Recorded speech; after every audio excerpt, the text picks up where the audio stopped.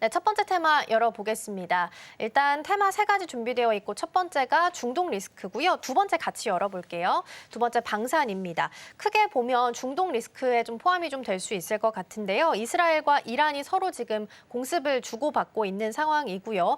우리 지수도 지난주 금요일에는 이게 조정의 빌미가 좀 되기도 했습니다. 다행히 오늘은 좀 지수가 개장했을 땐 상승이었는데 말씀드린 것처럼 코스닥은 하락으로 전환을 한 상태고요. 호르무즈 해협을 봉쇄할 경우에는 여기 전 세계 에너지 20%가 오고 가고 있는 상황이고 봉쇄하면 우회로가 따로 없는 상황이라서 유가 가격이 올라갈 거다라는 시선들 모아지고 있고요. 만약에 이게 지속되면 JP모건 쪽에서는 120달러까지 갈 수 있다라는 이야기 나오고 있습니다. 당연히 정쟁 리스크가 커지면서 자주 국방이라는 키워드 등장하면서 방산주도 주목받고 있습니다. 마지막 열어볼게요.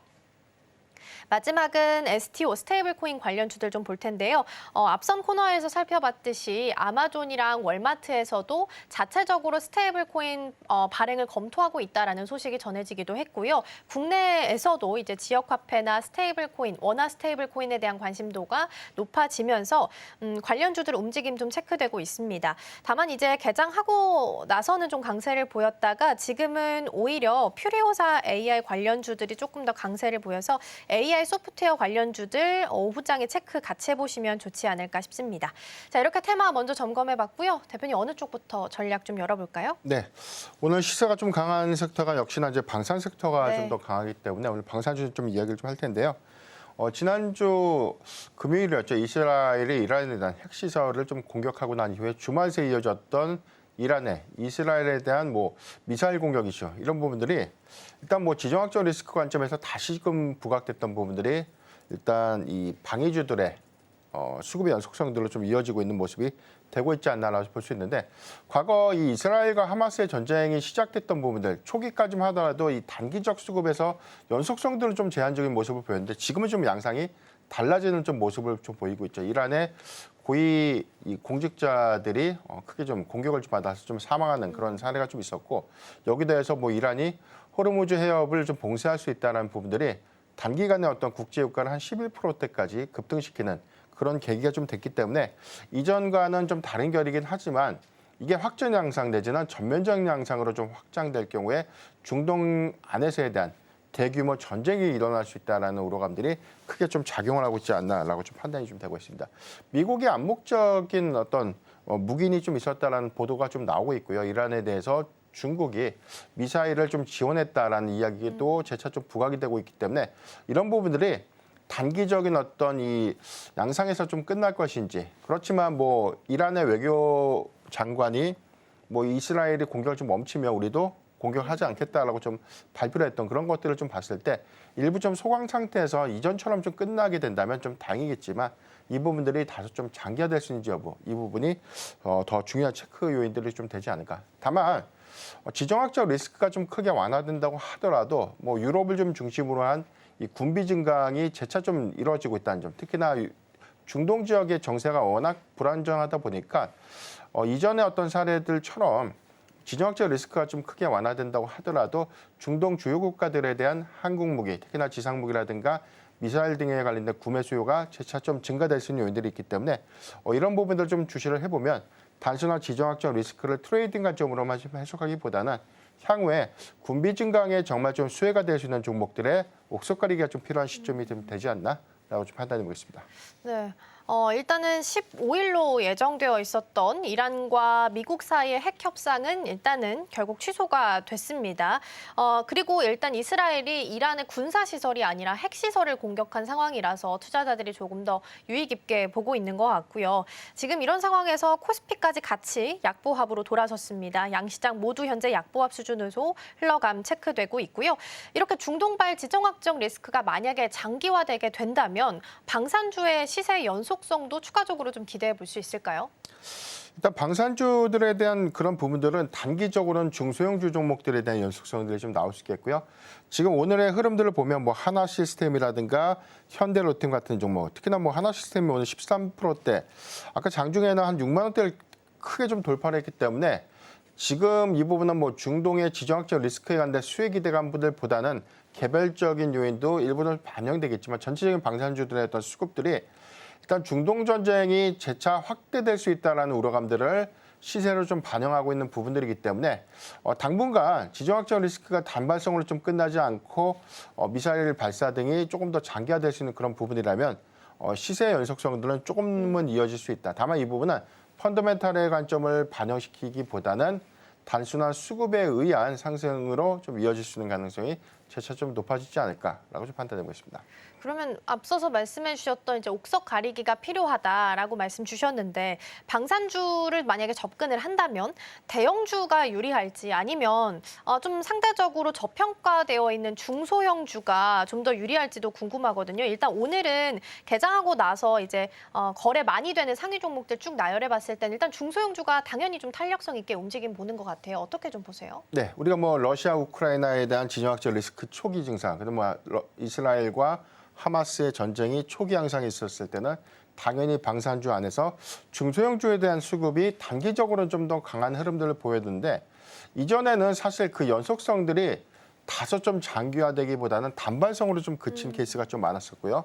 다만 대형주의 경우에는 작년부터 이어졌던 호실적 그리고 수주 성과가 점진적인 가치를 좀 반영시키면서 현재 주가도 좀 가장 강하게 반영이 좀 되고 있었습니다. 특히나 우리가 방산 빅포죠. 하나 에어로스페이스, 뭐 현대, 롯데, LIG 넥스원과 한국 항공우주들의 시가총액이 굉장히 좀 커졌는데 이 부분은 이번 1분기 실적에서도 우리가 확인됐던 뭐 물론 한국 항공우주가 시장의 컨센 대비에 좀 하회하는 흐름들 보였지만 대체적으로 실적에 대한 선방 조건들은 이미 확보되어 있는 기수주 물량들이 올해 인도가 확대되면서 반영됐던 측면들을 좀 고려를 해봐야 될 것 같고요. 이런 기조가 2분기에도 역시나 방산 빅4들에 대한 사상 최대 실적 기조 내지는 시장 전망치를 좀 웃도는 실적 전망치가 예상되고 있는 그런 부분들이 추가적인 어떤 상승 기대감들을 가져갈 수 있지 않을까라고 볼 수가 있겠습니다. 다만 전체적인 어떤 상황들을 봤을 때 중동발 지정학적 리스크에 관련된 요인들이 중소형주에 의해서는 뭐 트레이딩 관점에서 접근은 좀 유효할 수 있겠다라고 볼 수가 좀 있겠지만 저는 중소형주 종목들보다는 그래도 좀 대형주 위주로 좀 봐야 되지 않을까. 방산 빅4들 안에서에 대한 흐름들을 재차 좀 봐야 되는데 추가적으로 보면 수주의 연속성들에 대한 기대 요인들이 좀 남아있는 종목들.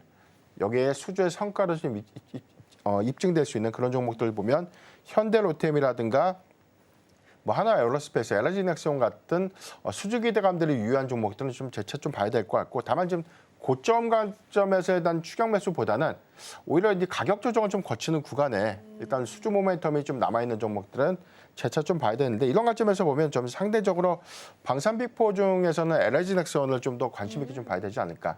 이 부분은 전반적인 군비 증강이라는 부분들을 미사일 방어 체계 내지는 유격 시스템에 관련된 정비 위주로 수요가 유입될 수 있는 부분들이고 이 부분은 LIG 넥스원이 강점 좀 갖고 있는 부분들이기 때문에 LIG 넥스원과 하나 시스템의 연계성을 우리가 좀 고려해 보면 미사일 무기 체계에 관련된 확장성들은 이번 중동 전쟁 이후에도 오히려 수요 증가 관점에서 재차 좀 주목해봐야 되지 않을까라고 좀 판단되고 있습니다.